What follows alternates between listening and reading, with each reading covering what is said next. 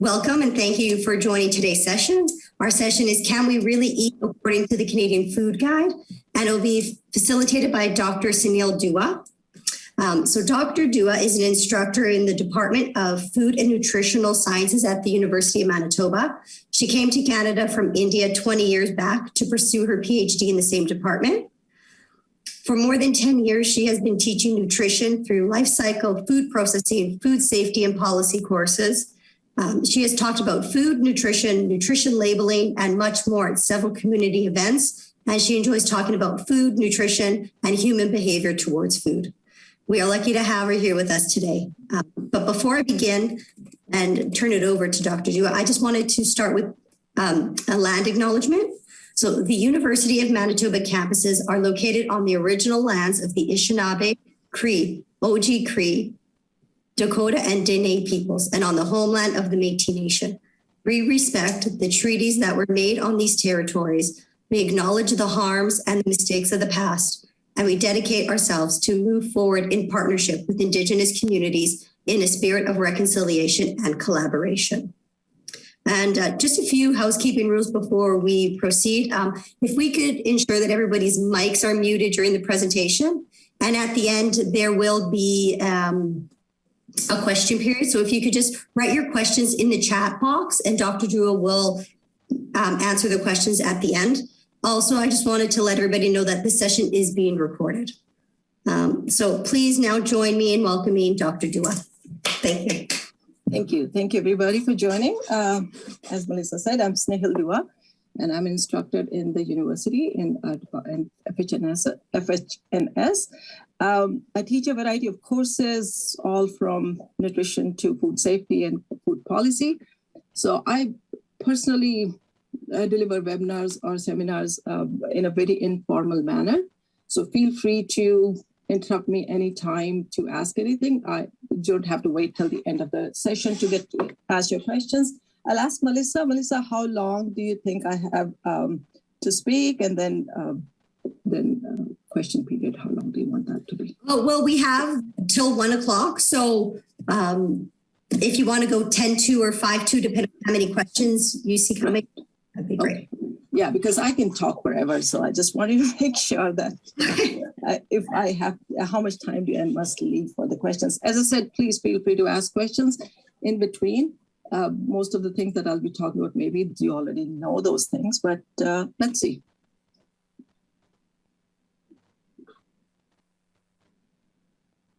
So, okay, share screen. Melissa, I am not able to share my screen. Are you able to make me a presenter?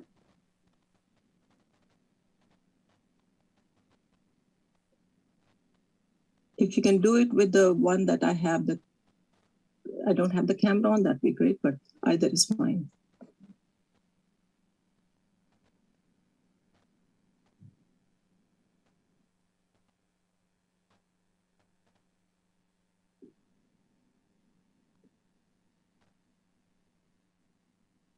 Did that work? See? Let's see. I might have the wrong account that I did it on. That's okay. Yeah, I think I can share the screen now. It's good. Thank you. Yeah, great. Thanks. I just have my other computer on just so that I can monitor the chats as we go. That's how I teach, at least.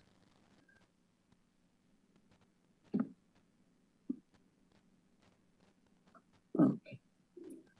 There are a few people waiting in the wait room, Melissa, if you want to look at that.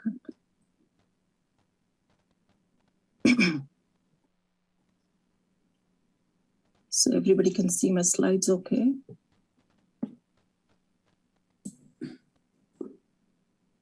It's good. Okay, assuming nobody is having problems seeing my slides, I will begin. So Canada Food Guide, this came out in 2019. We have had at least 7 or 8 Canada Food Guides over past 70, 80 years. Not going into the history of Canada Food Guide, but the last one that we had looked quite different than what we have today. This came out in 2019, so just a little over 2 years back. Many of you must have seen this guide. Do you guys believe that you eat according to this guide, if you've seen it before? Not really, but I'm trying. Yeah, trying. Okay. So we'll see what are the kind of challenges we have. This is the guide that basically, divides the food into three portions, three sections. One is vegetables and fruits, another is whole grains, another is protein food. So this terminology gets a little confusing for people. So I'm going to go over one group at a time, and there is further advice in this guide. So I'll go over that as well.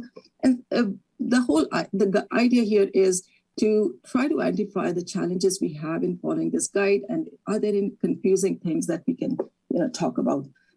Because when I listen to dietitians, when I listen to doctors, discussion about the Canada Food Guide, the discussions often get messy. So I just want to make sure that we are getting clear messages that this guide is trying to send us. So before I begin talking about this guide, what do you think? And you can, let's begin with the first statement, and in the chat you may say, answer this. What do you think? Fruit juice, a fresh fruit juice made at home is almost as good as fruit itself. What do you think? Is it a fact or a fallacy? I think it's a fallacy.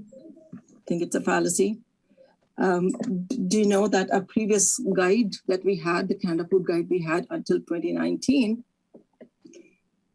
Tara is saying as long as you keep the pulp, yeah. But most of you are saying it is a fallacy. So until 2019, the Canada Food Guide that we had, it actually counted fruit juice as equivalent to fruit. It did have the advice, consume more fruits than the vegetables, than the juices, but in the guide, whole fruits and juices were placed side by side. So as one of you said that it is a fact as long as you keep the pulp, then let's expand a little bit on that. Maybe you sometimes buy fruit juice with pulp. So do you think that's as good as fruit itself?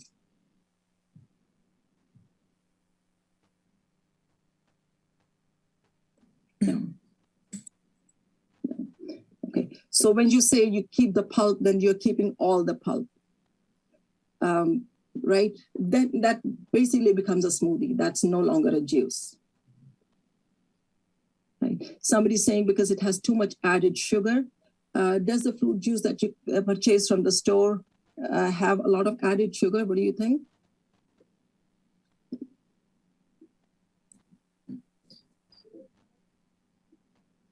Actually, in Canada, a beverage cannot be called 100% fruit juice if it has added sugar.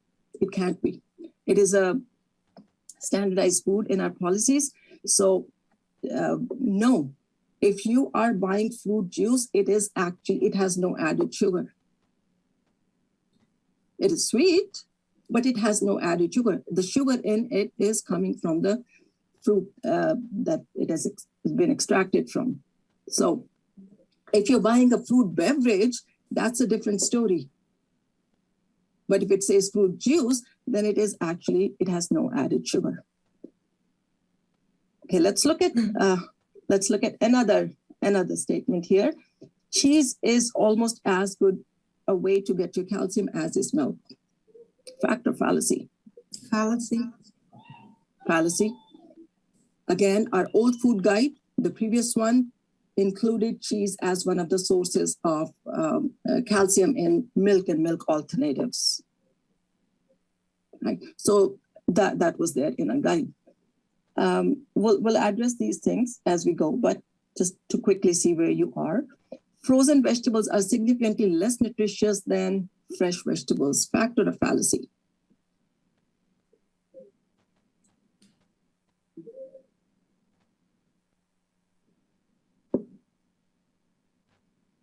I'm just looking at the chat messages. Somebody said fact. Most of you are saying fallacy.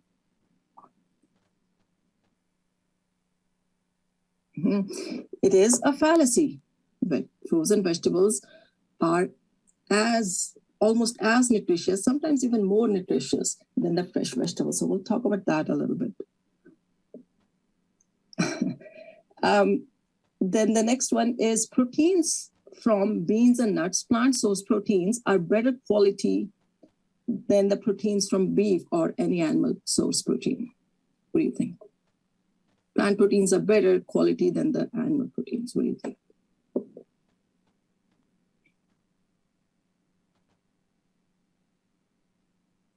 Millie is saying fallacy. Natalie is saying fact. Equal, not better. Can't tell. I think we need a variety anyways. Yeah, we need to get a variety. But the reason I bring this up is because this is a new fallacy that we have developed, and especially this kind of food guide, the new one that talks about eating a variety of protein foods, which includes plant proteins. People are tending to believe that plant proteins are better than animal proteins. The quality of the protein is the best in animal proteins.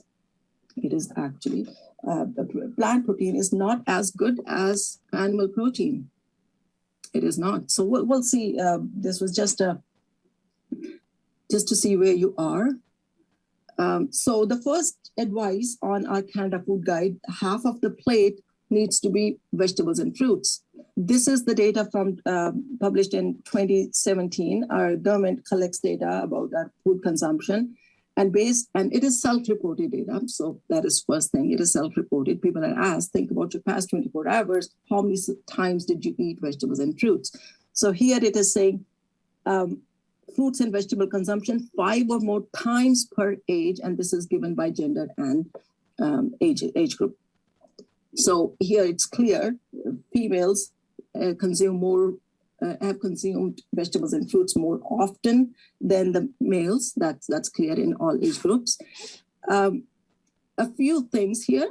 First of all, notice that our only about 30%, 25 to 30% people in any age group, they said that they consumed vegetables and fruits 5 times a day, 5 times or more. So the first thing, that this is the data from 2017 or before, when our food guide said that fruit juices are equivalent to fruits. They were listed together. So much of this consumption is about 25 to 30% people who said that they consumed it 5 times or more. Quite a bit of it was from juices as well. That's one thing. The other thing is it is self-reported. People are asked, think about your past 24 hours, diet recall method, and then they report. There could be some bias in that. And could be underreporting, there could be overreporting. Then another thing, it's saying, how many times did you consume? It doesn't say how much did you consume. You might have eaten one grape at one time. You count it as I ate a grape, one grape in the morning. That was my first time, right? So it doesn't reflect the amount. So majority of us do not consume the minimum amount of vegetables and fruits that we need to consume per day. We're far, far, far away from making half of our meal vegetables and fruits, far away from that. Now, why is this challenge there? First of all, why must we eat vegetables and fruits? Any guesses? Why is it important to eat vegetables and fruits? The studies show people who consume more vegetables and fruits, they have low risk of heart diseases and some types of cancers, low risk of obesity and some types of and diabetes, type 2 diabetes. Why is that? The main reason, two major reasons are fiber and phytochemicals. Okay. We have been, for as long as I've been in Canada, it's been over 20 years, I was very surprised when I came to Canada when the companies were advertising fruit juices, good sources of vitamin C. Said, why does that have to be told to people? What's the big deal about vitamin C? You can eat 2 pieces of fruit in a day and you get all the vitamin C that you need. We have been overemphasizing vitamin C. And then the box of the juice says 100% vitamin C. That means it's saying that if you consume this little 200 ml apple juice, it will give you an average person all the vitamin C that they need in an entire day. That's what the box is saying. And people are saying, okay, one box gives me 100%. Then if my kid consumes 5 boxes, getting 5 times more vitamin C, 5 times more beneficial. That's not how it works. Right? Extra vitamins are not going to make you extra strong or extra in any way. So I was surprised by the emphasis on vitamin C here in the marketing, fruit juice marketing there was. But there are more important reasons for consuming our vegetables and fruits. Fiber is one of them. And I can go into details of fiber, but there is one type of fiber that is called soluble fiber. There's been so much research. I personally myself did my master's and PhD research on soluble fibers. The soluble fiber, it reduces our blood cholesterol level. The soluble fiber, it slows down our glucose absorption, helping us manage our blood glucose levels better. So maybe helping with type 2 diabetes or help managing type 2 diabetes. And so soluble fiber has these benefits. And also it keeps us full because it is soluble. It kind of makes our food very viscous. In our digestive system, it becomes very viscous. If it is viscous, it's moving very slowly through our digestive system. So because it moves slowly, it will keep us full longer. It's as simple that the hunger feeling comes when our stomach is empty. Then that's when a hormone is released in your stomach that tells the brain, hey, the stomach is empty, fill it up. If the food gets out of your system, of your stomach very quickly, then it is going to make you feel hungry again. And by consuming juices and by consuming foods that are low in soluble fiber and fiber in general, they are going to be digested and eliminated much faster, or getting out of our system much faster, emptying our stomach much faster, and we keep feeling hungry. That is the basic characteristic of overly processed foods that we consume today. And fruit juice falls in that category. In fact, fruit juice is just water with sugar and vitamins and minerals and phytochemicals in that. So it runs through our digestive system. Nothing is stopping. It just empties the stomach immediately. 4 apples would make an 200 ml apple juice. If you ate 4 apples, that will fill you up for a while.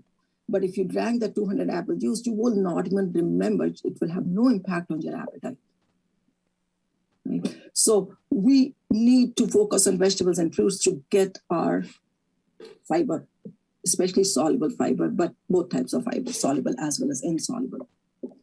Something that is low in our diet these days is potassium, which is a risk factor in hypertension. By consuming overly processed foods, we are losing the potassium in our food. The overly processed food does not have as much potassium. We have been focusing a lot on low sodium products, which is great, right? Because high sodium intake is also linked with hypertension. So our focus, we've been talking about low sodium, and companies have been coming up with low sodium chicken broth or soups and whatnot. But at the same time, those foods have less potassium. That has been ignored for a while. So let me read this question as well as I'm going through. So what has happened in a recent time? We have been going to those low sodium products, and we have totally ignored that. Does it really have potassium? Because the low potassium also increases the risk of hypertension. So this is why our government has made some changes in packaging, in labeling, nutrition labeling, starting 2021, right, in 2021. Starting December 15, you will start seeing that every food package that you purchase, it has potassium amount listed as well, so that we can make the choices correctly. Let me read this question from Emily. When you talk about the recommendations of fruits and vegetables in the same group, does that mean 50% fruits and 50% vegetables, or is it okay to have 80% fruits and 20% vegetables? Emily, ideally you would want more vegetables and less fruits, but we are far, far away from that goal as a population. We are very far away from that goal. When I talk about, having the students consume more vegetables and fruits, I tell them that fruits are easier to consume. So if you are at, one serving of fruit, that fruit and vegetable you're consuming in a day, and I want you to consume 7, 8, 9 servings of vegetables and fruits in a day, you're not going to go to 8 servings of vegetables in a day. That's not going to happen overnight.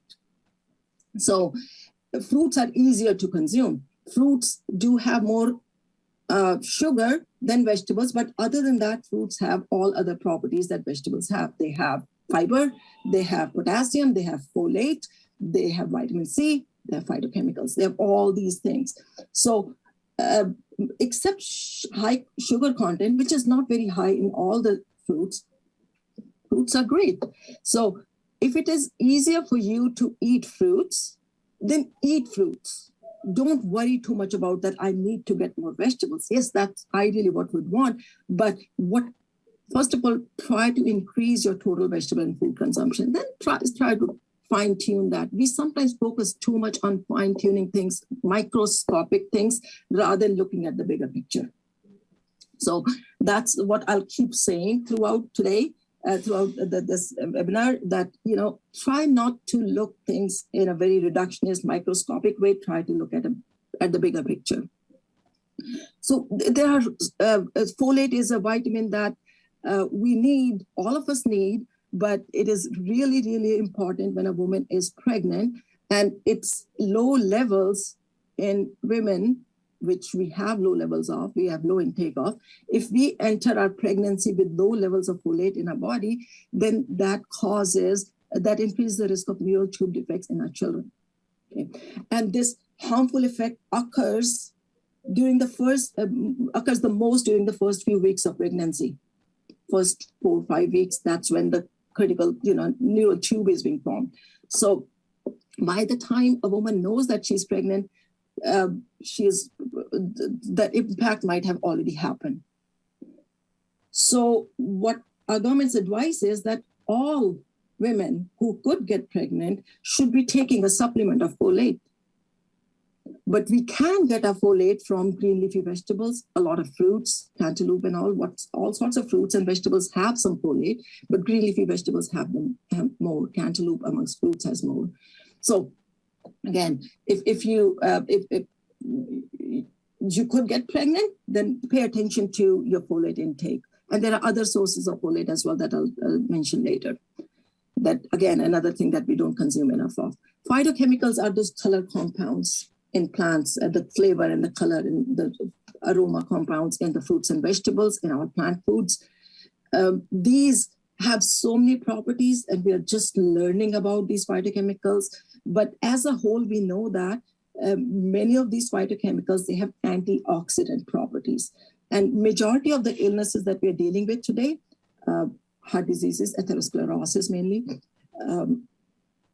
many cancers, these and many inflammatory diseases, these are because of excessive oxidative load in our body. Okay, I'm not going to give a lecture on that. Many of you probably know. It should read phytochemicals.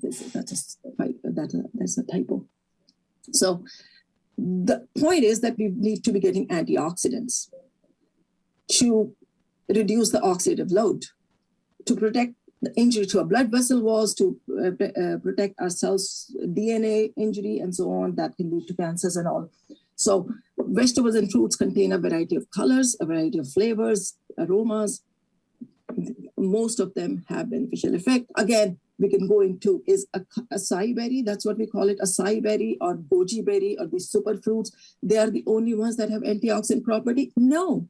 All vegetables and fruits, their colors, flavors, all of them have plenty of antioxidant activity. And excessive amount of antioxidants are not going to benefit us. It's the small doses that need to come throughout the day, because our body is constantly producing oxidative products. And these antioxidants are not stored in our body. So every few hours, whenever you eat, your diet introduces oxidative production, but your diet, if it also introduces antioxidant properties, then you can actually ward off these oxidative damage. So people take antioxidant pills, phytochemical pills. You take it in the morning, after a few hours, it is flushed out of your body.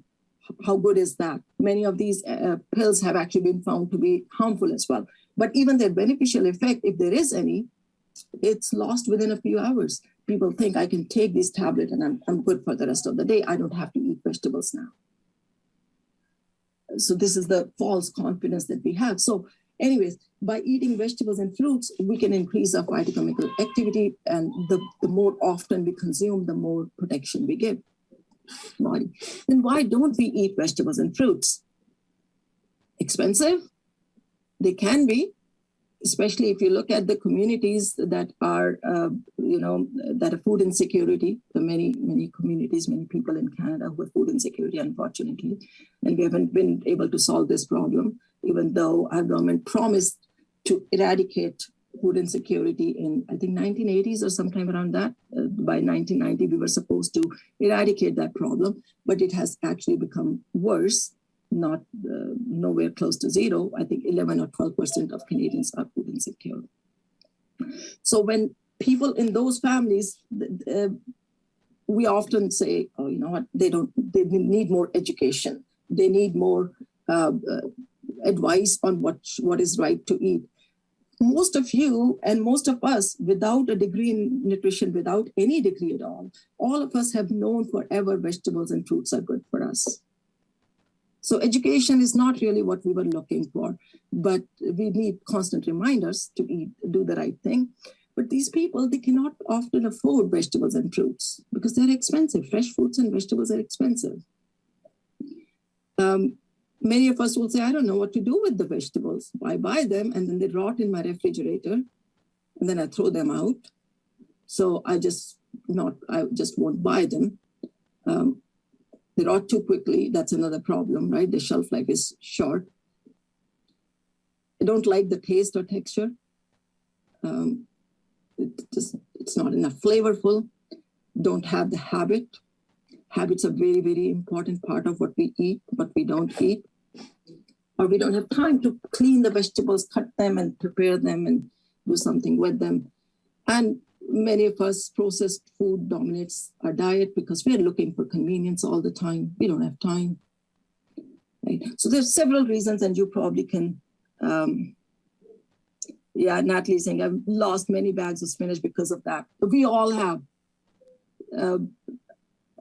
More than 30% of the produce that comes to our households, in our homes, more than 30% of that goes in garbage. I compost it, can feel a little bit better about myself, but I should not be wasting those vegetables anyways.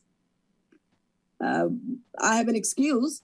My son buys those vegetables thinking that he'll eat that salad, lettuce, cut lettuce and all, and we keep waiting that he would eat it. We don't want to eat it because, hey, he wants to eat that. And we leave it for him and he forgets about it. So that goes in compost. But I'm not saying I'm perfect. I waste plenty of vegetables myself.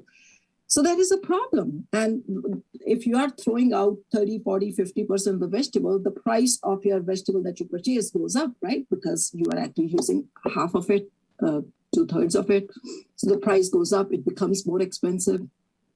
Are there antidotes to this? Can we overcome some of these barriers to eat more vegetables? Lynn is saying, scramble some eggs and throw the spinach in the pan. Exactly, right? Everything that you cook, throw some vegetables in that. It just makes it more colorful and you end up eating some vegetables. Don't worry about, that's not enough vegetables, so there's no point putting it. Put whatever. Anything is better than nothing. Roxanne is saying, need to plan ahead. None of us are too good at it, but I personally feel that people in Canada, North America, we plan a lot. When I first moved to Canada, when we first purchased our house in 2006, a neighbor was in military, and he was telling us how his next year had been planned. This is where he would travel. This, a year, the next summer, where will he go? So a year from that day, where was he traveling? I was surprised how much planning we do. That's a great thing. And planning is very, very important. Thanks for bringing it up, Roxana, because I don't know if there are any neuroscientists in the house, but I have been studying a lot of neuroscience myself, trying to understand why do we make the food choices that we regret later? Why don't we do the right thing? And there is an autonomous nervous system that makes us pick things that are cheap, that are quick, require little effort, and that taste great, especially if they have sugar in them, or that gives us comfort, right? Those are the things that our autonomous nervous system is wanting. And according to the books that I've read, they say that that autonomous nervous system is 10 times faster than the executive part of the brain, the neurofrontal cortex, we call it. So these two parts of the brain, they bicker with one another, at least based on the book I read. They bicker with one another in making decisions. Ultimately, whichever part of your brain wins that argument will be a decision. So you're faced with French fries and and a drink, a Coke or something, and then you have a meal in which there is brown rice and there's some vegetables and there's a piece of meat or some kind of protein and a glass of water. If you're faced with this choice, most likely those French fries and drink are very cheap. Autonomous nervous system wants that. French fries and Coke, for most people, that is way more delicious than the meal with brown rice. So your autonomous nervous system wants that. Most likely, those fries are easily accessible. They're more available. You go anywhere outside, it's difficult to find food that is more balanced, meal that is more balanced. Then it gives you energy really fast. Requires very little digestion. Autonomous nervous system wants that. So it wants fries. Your thinking part of the brain is saying, hey, no, but I need all those vegetables, that balanced meal, and my plate should look like this, half vegetables and blah, blah, blah. I should be eating that. Now, if your autonomous nervous system is 10 times faster than your executive part of the brain in decision making, it gives little chance for the executive brain to make that decision. And oftentimes our executive brain function is exhausted because we have been studying, we have been working, we're tired, and a lot of things that we do use our executive part of the brain, decision making and planning and whatnot. So what happens is we end up making decisions mostly with our autonomous nervous system, even if our knowledge is saying that we should be doing the other thing, because we are often exhausting our executive part of the brain, and it's very slow, it's very inefficient, it uses too much energy, it keeps losing in that fight. So if you make a plan when you're not tired, instead of choosing what should I eat now, if you decided it after dinner yesterday that this is what I'm going to eat tomorrow, you made a decision when you were not tired, you were well fed, your brain was well fed, and you are more likely to be able to use your executive function as compared to your autonomous nervous system making the decision at that time. And that's why planning works in most of the things and all the things that we want to achieve. Our decision making becomes less emotional if we plan. Okay, so let's look at these choices that we have. We can purchase vegetables in different forms. Remember, we want to get fiber, phytochemicals, vitamins, and minerals from these foods. Those are the main benefits, right? Frozen vegetables are there. There is fruit juice, there is canned vegetables, there is dried vegetables, there's fresh fruits, there are fresh vegetables. Do you think all of them give you nutrients equally?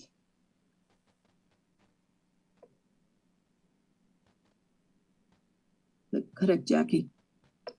They don't. There is definitely something that is not giving you most fiber. If it doesn't have all the fiber the food or vegetable originally had, it should not be considered as your vegetable and food consumption. It shouldn't be. So juice should be definitely out.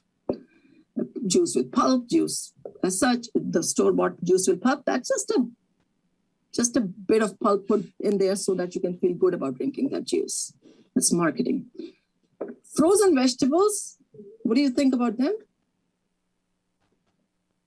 They're okay? Yeah, they're actually as nutritious as fresh vegetables. They're harvested, and immediately after harvesting, as quickly as possible, they're processed, and there is almost no heat treatment involved in that. It's frozen, right? There's a little bit of blanching, but after that, there is no heat treatment. So these vegetables retain their original nutritional quality of the fresh vegetables and fruits. There is almost no destruction of nutrients in the freezer, almost none, zero. A vegetable you have purchased and you have left it in your refrigerator, over time at refrigerator temperature, it actually may be losing some of its vitamins, some, not much. I wouldn't worry too much about it, but if you're looking at microscopically, fresh vegetable, how fresh is it? How much has it stayed in the grocery store and then in your refrigerator and when you're consuming? So it may actually end up having low vitamin C as compared to the vitamin C in your frozen vegetable. So it is at least as nutritious. Rachel, we can look at that.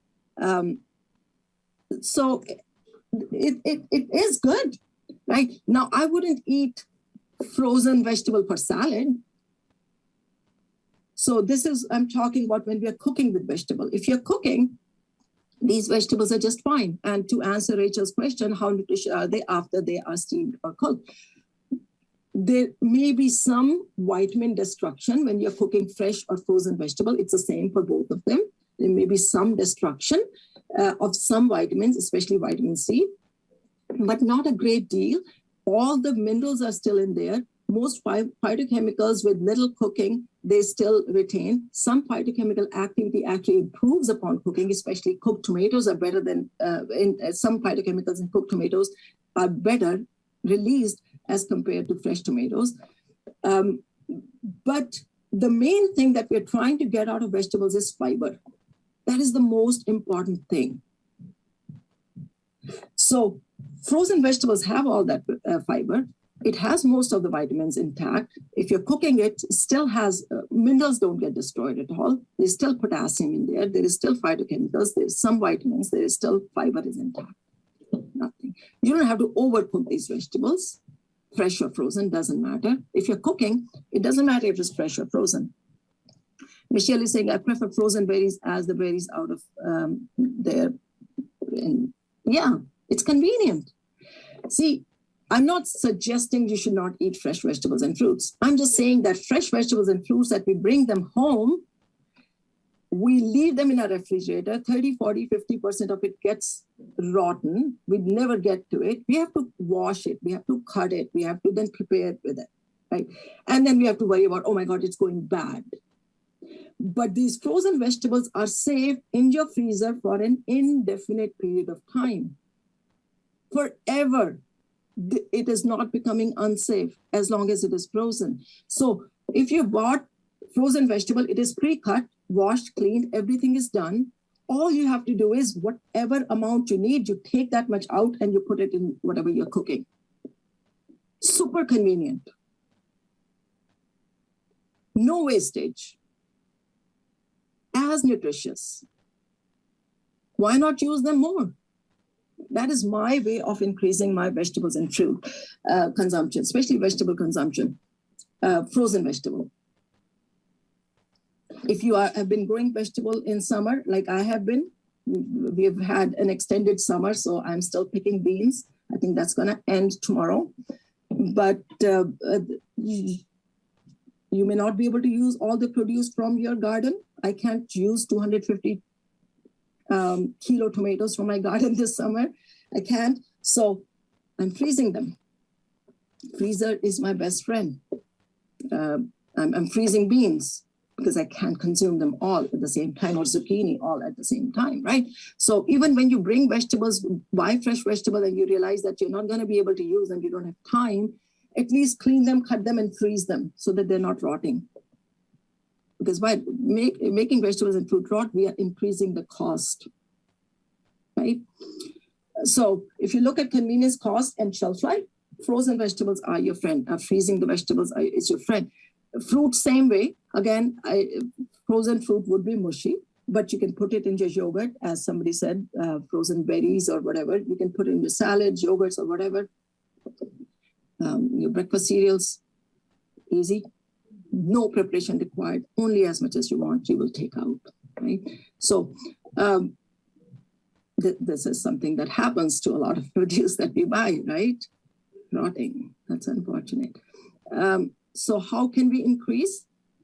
Now, we can put vegetable. Every time I cook rice in my home, I throw some frozen vegetables in it. Whatever in my freezer, I throw some frozen vegetables in that. That's easy. You can make your own smoothies. Your fruits are getting soft, and you don't like the texture. It works great in a smoothie. If you don't add any sugars or anything to it, maybe a little bit of sugar if that's what you prefer. Add milk, add yogurt or whatever, and just crush it. It's great. Right? Fiber is still there. It's not juice. If you're cooking meat, a stew or something, try to put some vegetables, extra vegetables in that. Just increase the amount. We are eating vegetables. Just increase the proportion of vegetable in our food. Now, we all like convenience. And oftentimes when we want to buy fresh salad, vegetables, and so on, buy a head of lettuce and then forget about it, don't have time to clean it, cut it. You can buy pre-cut. That it's a little bit more expensive, but thinking about that, if you are going to pay 40% extra for pre-cut vegetable, but if you did not buy pre-cut vegetables, you bought whole, and you ended up throwing 40% of it anyways, where is the price difference? Right? So smoothie and salad dressings for frozen fruits, add cauliflower to smoothie. Exactly. The possibilities are unlimited. You just have to take the time to look at it. Okay, what is in my freezer or what is in my fridge that I can throw in whatever I'm cooking? And how about this yogurt cup? This is how some people say that they are getting their fruits. It's loaded with sugar. The fruit yogurt that you purchase from the store, it is loaded with sugar. It is 3 times or 4 times more sugar than the milk or the plain yogurt. Buy plain yogurt. Add your own fruits to it. Frozen fruits. You don't even have to buy the fresh ones. If you prefer the yogurt to be a little sweet, add a teaspoon of sugar. Not like 4 teaspoons that store-bought yogurt has. It's convenient. You can still, I'm not saying make your own yogurt. I do. But buy plain yogurt. Add fruits to it. Actually tastes much better than what they sell as fruit yogurt. And then some people are getting their fruits covered with chocolate. You can't really taste it along with ginger celery fruit. I'm not quite sure what that was. For some reason, companies think that they have to add sugar to everything. That is a very good point, Rachel, because see what has happened. Neuroscience research shows, and if you ever want, there's 60-minute video. There's not a 60-minute, but 60-minute program in which Dr. Sanjay Gupta has talked to various doctors and scientists about sugar and the latest recent sugar. If you look up, it's a 14-minute video, but it's very eye-opening. He's talked to neuroscientists, he's talked to oncologists, he's talked to pediatricians and so on, and all sort of research with nutritionists. And so research is showing that, and it's obviously very obvious to all of us, that we develop tolerance for sugar. If you taste something sweet, there's a chemical produced in your brain that is dopamine that wants you to eat more of it because your brain says it's a good thing. Because ancient time, we used to eat fruits to get our calories. At that time, fruits were a great source of getting our calories. But then we extracted the sugar out of the fruits and all the foods, and we have packaged sugar. Our brain still says it's a good food, even if it is not. So our brain says, keep eating it. It's a great thing. And then tolerance level, just like for drugs, it develops that we taste a little bit, it gives us some dopamine. Next time we taste, the same amount of sugar doesn't give us the same kind of satisfaction. So we have to increase the amount and increase the amount. So what is happening is that we are developing this tolerance for sugar, for strong flavors, for salt. So processed food industries has been adding flavor, salt, and sugar excessively, such that we don't taste the normal amount of sugar in our fruits, the flavor in our fruits and vegetables. the salt in our milk. We don't taste these things because our taste buds are not able to detect at those low levels. But the good news is this can be reversed. We can start reducing the amount of sugar in our food and we'll gradually start tasting sugar at lower levels, gradually. So we do this, right? The food industry has been adding these things. That's a total different topic, why food industry has been adding these things. It's a lot of it has to do with preservation, but a lot of it has to do with, our psychology. So it's like an addiction. Yes, you're right. So that's fruits and vegetables. Let me just make sure that can't see the clock. Oh, okay. Whole grains. It is difficult. I get it. It's difficult to eat whole grain. The whole grain rice, brown rice takes longer to cook. What I do, I cook brown rice, a big pot on the weekend. I refrigerate it, and every time I'm making something, I take a little bit of rice and brown rice and add to that. It can be, a wrap. It can be a stew I'm making, or even sometimes I make plain rice and add a little bit of brown rice that has already been prepared on the weekend. So it's a quick way to get a little bit of extra whole grain. It is difficult. If you're cooking brown rice, it may taste different, or whole wheat bread, herbs and spices, these things help. Try to make your own condiments if you can, right? You have more control on how much sugar, salt, these things you're adding. But if you're buying condiments from the store, try to use a little bit. You'll see that it actually goes a long way. Is whole grain equal to multigrain? It is not. And that's a problem because sometimes you go to, let's say, Tim Horton and everything bagel or a multigrain bagel. That only means that it has been made from a variety of grains, not just wheat. That's all it means. It does not mean that these grains are whole. So for whole grain to be whole grain, it has to have at least 95% of the whole grain. Only then it can be labeled whole grain. But multigrain may be all white wheat flour and white oat flour and refined, quinoa flour or whatever, and still it will be a multigrain. Or it may have a little bit of seeds on top to give you an impression, look how many grains there are, but it is then made up of white flour. It's typical. My substitute often that I can't eat brown rice all the time. We do cook white rice sometimes, quite often, or white bread sometimes. I add beans to everything because beans have all that flavor that white flour doesn't. It has all the fiber. It has a lot of nutrients that white bread doesn't. So I don't punish myself by eating brown bread. We haven't developed much taste for it, but I make my own bread, Indian bread that is whole grain. But if I have to purchase a loaf bread, I typically don't buy whole grain. I should try to, but I find that if I can increase the beans in my diet, that's a lot easier for me. It balances out. Protein foods, as we had a little bit of discussion about vegan, is plant protein better than animal protein? It is absolutely not. Most of the plant proteins are low in a couple of essential amino acids. Almost all of them are low in a couple of essential amino acids. Our body needs all 8 essential amino acids every single day. We don't store them in our body. So every day we need to get all 8 essential amino acids. They're present in abundance in animal proteins. But our focus on proteins is too much. We think that this is we don't get enough protein. We get almost double the amount of protein that we actually need in a day. So the reason Canada Food Guide is indicating that eat proteins from plant as well as animal sources is not because plant protein is better. It is because when you eat plant foods that contain protein, like beans and nuts and these kind of things, they come along with a great amount of fiber and phytochemicals and vitamins and minerals that are low in our diet, especially soluble fiber that I mentioned earlier.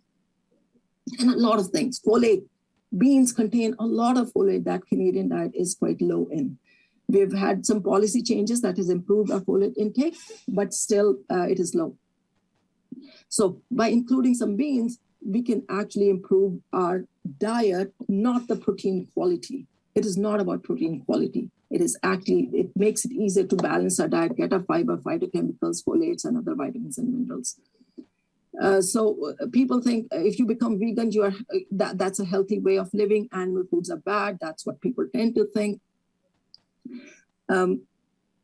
Whole or sprouted grains are better. Yes, sprouted are great.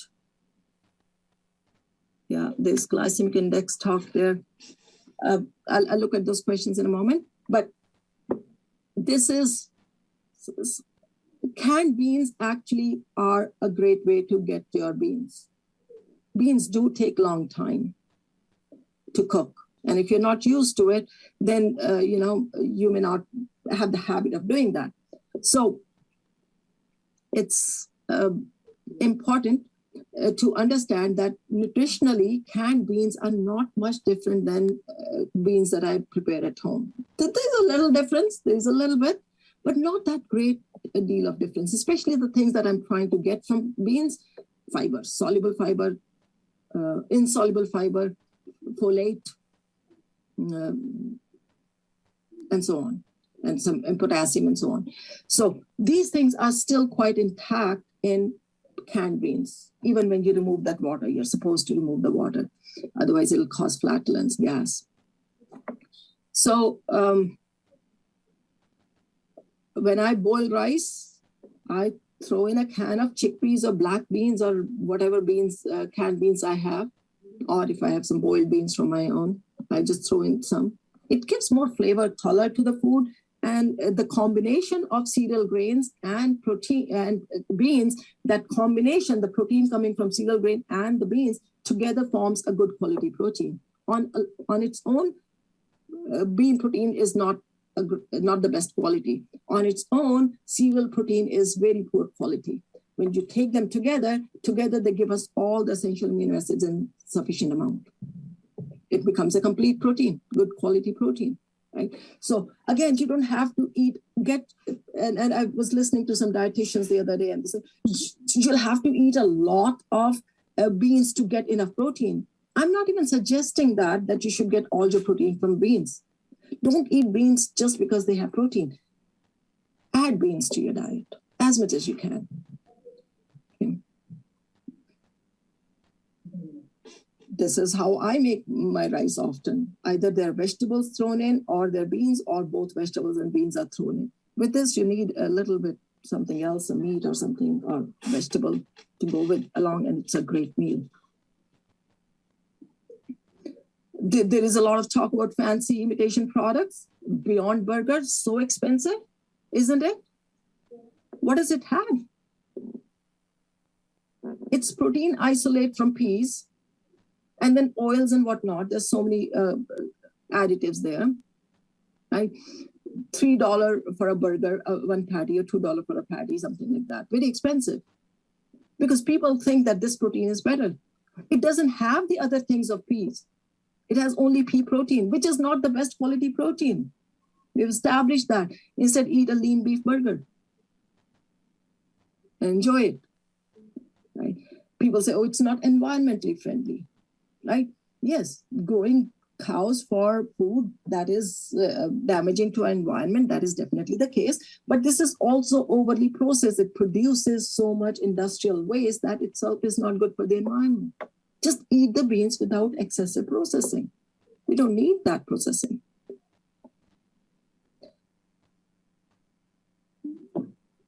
So I think that's all the time we'll have, because I want to be able to, yeah, there's a couple of minutes remaining, so let's just end it here.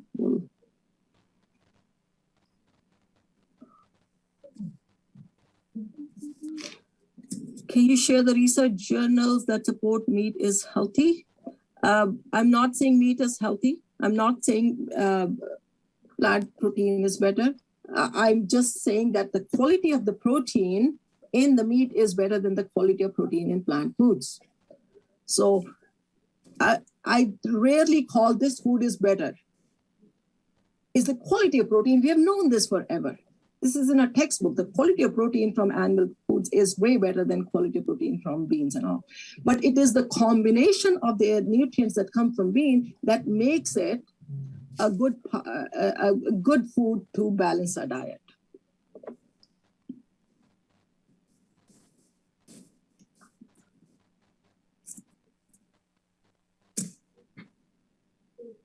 Yeah, that's why I said being an omnivore is not, that doesn't mean automatically that you're unhealthy, and being a vegan doesn't automatically mean that you're healthy.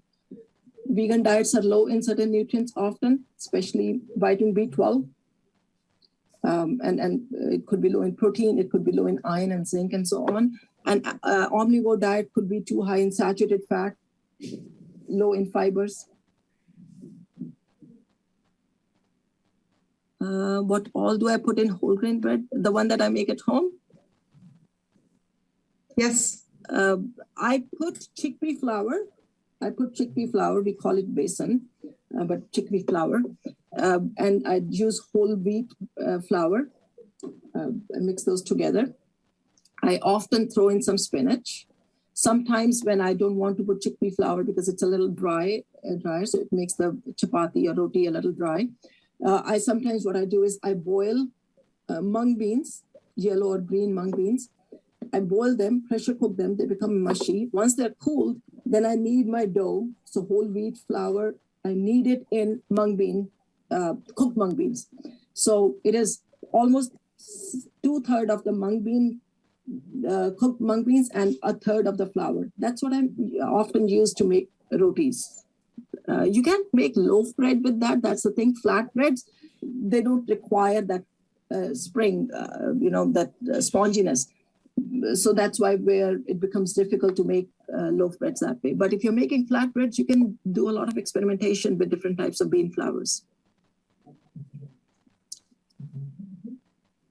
A daughter cannot eat dairy, egg, or gluten, so we have had to really seek out alternatives. We make chickpea pancakes. Yeah, I made those yesterday. I actually make them savory. I don't make them sweet, but yeah, either way.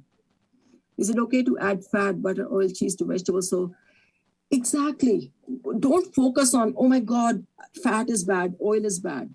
You need those things, right? And a little bit is not going to kill you, but not eating vegetable is going to be harmful. So try to get your vegetables the way you like them.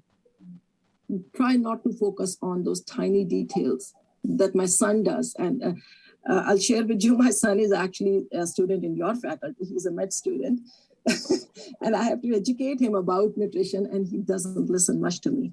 And that's one reason. That's one reason I thought I should be here to talk about it, so that you can spread that message and it reaches his ears. Okay. Well, I think that's about as much time as we have for today, but thank you very much, Dr. Dua. That was very great, extremely informative.